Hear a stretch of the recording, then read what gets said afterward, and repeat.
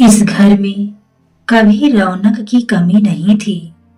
ननद पूजा जब भी मायके आती, घर जैसे मेले में बदल जाता।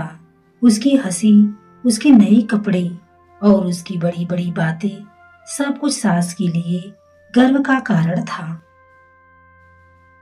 सास हर किसी से कहती, मेरी बेटी बहुत समझदार है, बाहर रहकर भी घर को नहीं भूली। बहू सीमा यह सब चुपचाप सुनती रहती।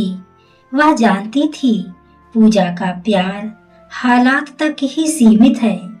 पूजा हर बार आते ही कहती, माँ आपकी तबीयत कैसी है, आराम करती है ना? लेकिन यह सवाल सिर्फ औपचारिक होता। सीमा घर संभालती, रसोई, पूजा, सब कुछ, फिर भी सास नजर हमेशा बेटी पर ही टिकती। सीमा को समझ आ गया था, यह घर प्यार से नहीं सुविधा से चलता है। एक रात अचानक सास की तबीयत बिगड़ गई। तेज बुखार, सांस लेने में तकलीफ, हर घर में अफरा तफरी मच गई। सीमा ने दौड़कर डॉक्टर को बुलाया। पूजा को फोन किया गया। पहली बार फोन उठा नहीं, दूसरी बार बोला, मैं बाहर हूँ, बाद में बात करती हूँ। सास अस्पताल में भर्ती हो गई। सीमा रात दिन उनके पास बैठी रही। दवाइयाँ, रिपोर्ट, इंजेक्शन, सब कुछ वही संभाल रही थी। ननद का फोन बंद था। घर में एक सवाल गूंज रहा था, जब माँ बीमार पड़ी, बेटी कहाँ चली गई? अस्पताल के दिन भारी थे। सीमा की आंखों में नींद नहीं थी, लेकिन हाथों में हिम्मत थी। वह हर डॉक्टर से बात करती, हर दवा समय पर देती। सास कभी कभी आंख खोलती और धीमे से पूछती, पूजा आई क्या?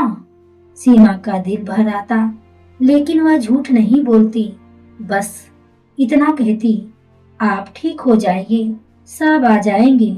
सीमा ने पहली बार महसूस किया, रिश्ते खून से नहीं कर्तव्य से मजबूत होते हैं।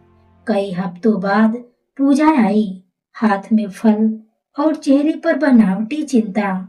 सास ने कमजोर आवाज में पूछा, बेटी तू इतनी देर से क्यों आई? पूजा के पास कोई जवाब नहीं था। उसकी चुप्पी ने सब कह दिया। सीमा ने कुछ नहीं कहा। वह जानती थी आज शब्दों की जरूरत नहीं। सास की आंखों से आंसू बह निकले। उन्हें पहली बार बेटी और बहू का फर्क समझ आया। सास धीरे धीरे ठीक होने लगी। अब उनका व्यवहार बदला हुआ था। उन्होंने सीमा का हाथ पकड़कर कहा, आज से तू सिर्फ बहू नहीं, मेरी बेटी है। पूजा सिर झुकाए खड़ी रही। उसका घमंड, उसका आराम, सब सवालों के घेरे में था। घर ने एक सीख पाई, जो साथ बुरे वक्त में दे वही सच्चा अपना होता है। जब सास बीमार पड़ी तो ननद गायब हो गई और बहू रिश्ते निभा पाई। तो दोस्तों, आपको यह कहानी कैसी लगी? कमेंट में अपनी राय जरूर दें। कहानी अच्छी लगी हो तो वीडियो को लाइक, शेयर, हाइप करना ना भूले। पूरी कहानी को सुनने के लिए आपको तहे दिल से धन्यवाद।